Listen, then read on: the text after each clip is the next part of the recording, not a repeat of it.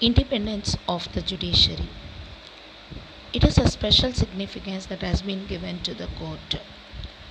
So next we are going to see is the what is the independence of the judiciary, what and all the court can do.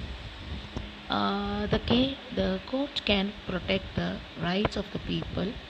It can uphold the supremacy of the constitution, and during the time of interpretation it can see that it is not impartial, and it can establish a proper balance between the state and the central government, and it can fulfill a proper administration to the people. It can also check that the government is doing its work correctly.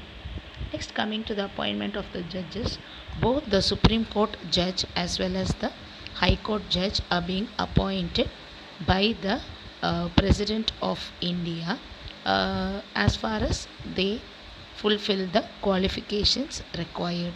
If we see their term of office, these judges can remain in office up till the age of 62 years, and if they have been proven for misbehavior, they can be removed from the post, that is from the judge post, by a procedure called impeachment, for which nearly 2/3 majority of the vote is needed by the both the houses.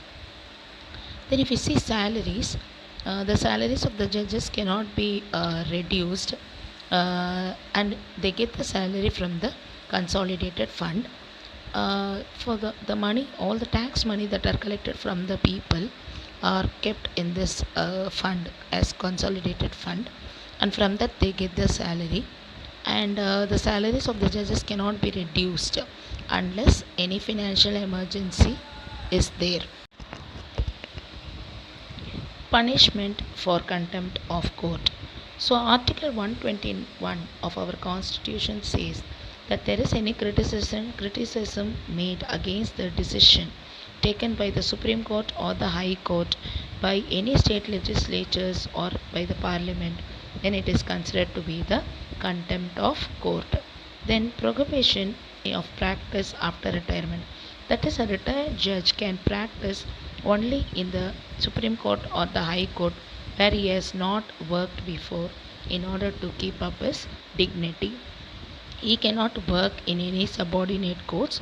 This is also to preserve his dignity.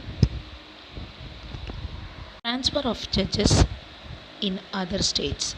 According to the Article 222, the President, along with the consultation of the Chief Justice of the Supreme Court, can transfer one High Court judge from one place to the other place. The Chief Justice of India must consult other senior-most judges in this matter, and the views of the Chief Justice of both the High Court for which the transfer is being made, from which place to which place a judge is being transferred. And this transfer should be fully based on the public interest, and it should not be to punish any person. So the transfer of judges are made along with the increment in their salary. For this purpose, it is necessary to have effective consultation with the Chief Justice before doing the Independence transfer of the judiciary. judges.